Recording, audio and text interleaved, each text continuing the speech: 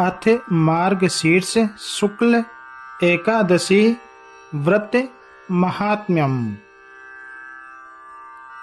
ओम मंगलम भगवान विष्णुर्मंगलम गरुड़ध्वज मंगलम पुंडरीकाक्ष मंगलाय तनोहरि। युधिष्ठिर उवाच वंदे विष्णुं प्रभुं साक्षात् लोकत्रये सुखप्रदं विश्वेश्वं विश्वकर्तारं पुराणं पुरुषोत्तमम्। पृच्छामि देवदेवेश संशयोऽस्ति महान् मम लोकानां तु हितार्थाय पापानां चक्षयाय च।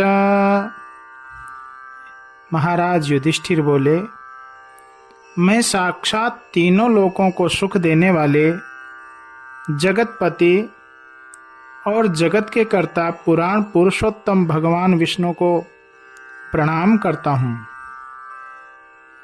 हे देवताओं के देव, मुझे बड़ा भारी संदेह है, अतः संसार की भलाई की इच्छा से पापों के क्षय के लिए आपसे पूछता हूँ। मार्गशीर्षे सिते पक्षे किन्नाम एकादशी भवेत् कीदृशश्च विधिस्तस्याः को देवस्तत्र पूज्यते।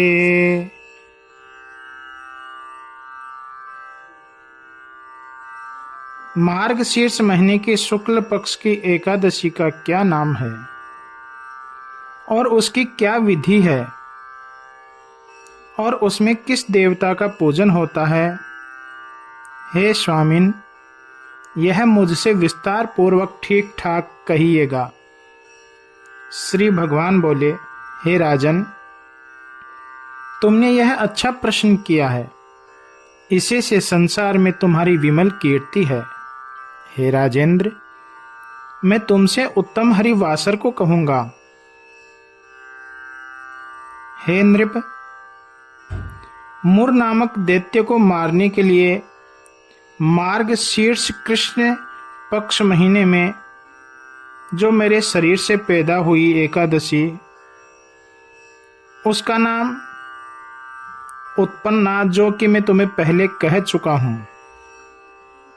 इसके बाद में मार्गशीर्ष शुक्ल पक्ष की जो एकादशी है,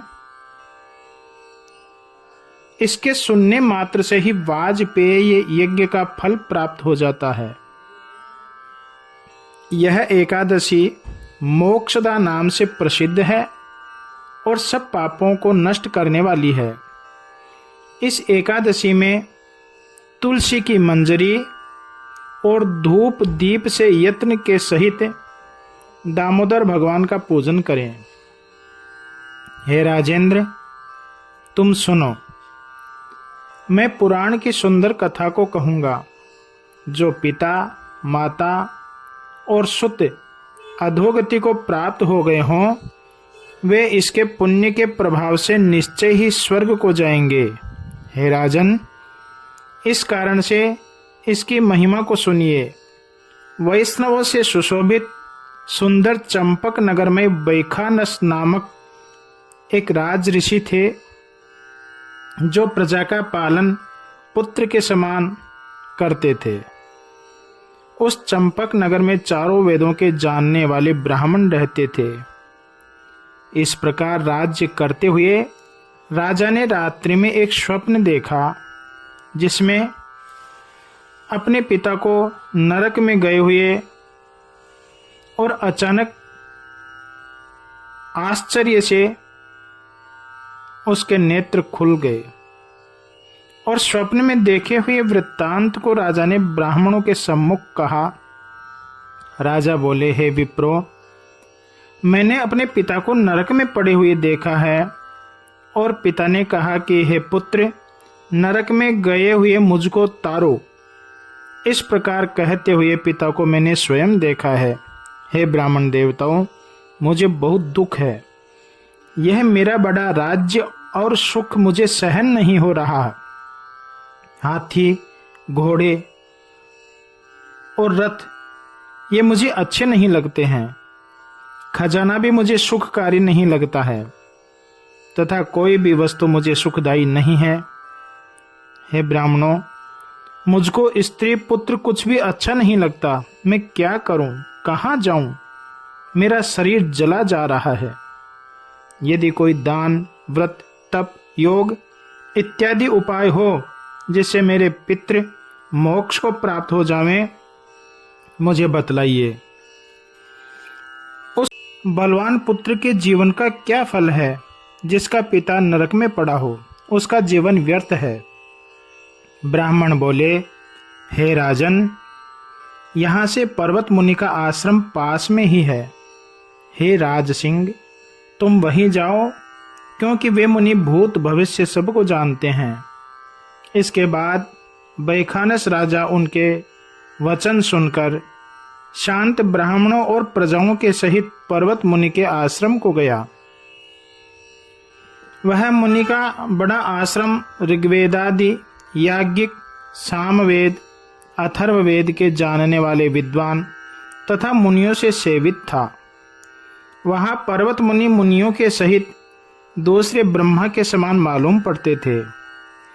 तब बैखानस राजा ने पर्वत मुनि को देखकर पृथ्वी पर मस्तक नवाकर दंडवत प्रणाम किया। तत्पश्चात मुनि ने राजा से उसके 7 अंगों की कुशल पूछी कि तुम्हारा राज्य तो निष्कंटक है और राज्य में सुख शांति तो है। ऐसा सुनकर राजा बोले कि हे विप्र, आपकी कृपा से 7 अंग कुशल पूर्वक हैं। ऐश्वर्य के अनुकूल होने पर भी कोई विघ्न पैदा हो गया है।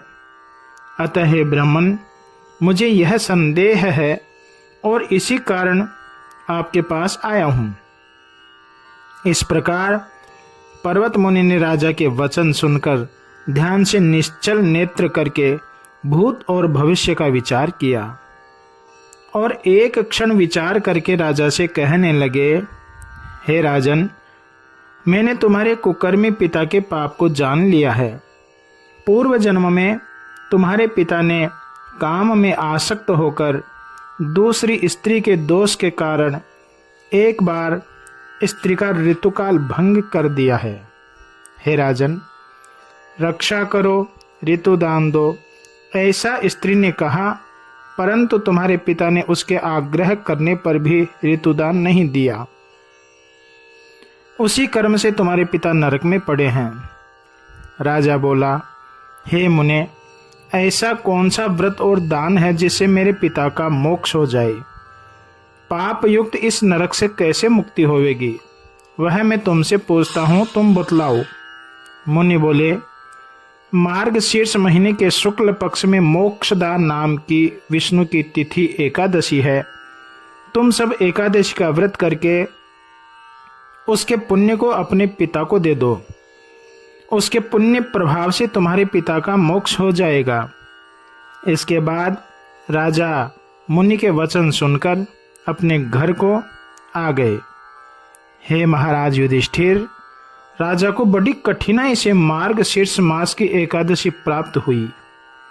इसके बाद सब अंतःपुरचारी और स्त्री पुत्र के सहित राजा ने विधि युक्त व्रत किया और उसका पुण्य अपने पिता को दे दिया। तब उस पुण्य के देने पर आकाश से फूलों की वर्षा हुई।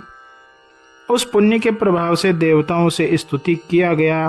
राजा का पिता स्वर्ग को गया और वह आकाश से राजा से शुद्ध वाणी युक्त बोला, हे पुत्र, तेरा सदा कल्याण हो। ऐसा कहकर स्वर्ग को चला गया। हे राजन, जो इस प्रकार मोक्षदा एकादशी का व्रत करता है उसके सब पाप नष्ट हो जाते हैं और मरने पर मोक्ष को प्राप्त हो जाता है। हे राजेंद्र, इसके अलावा कोई और मोक्ष को देने वाली निर्मल और शुभ नहीं है।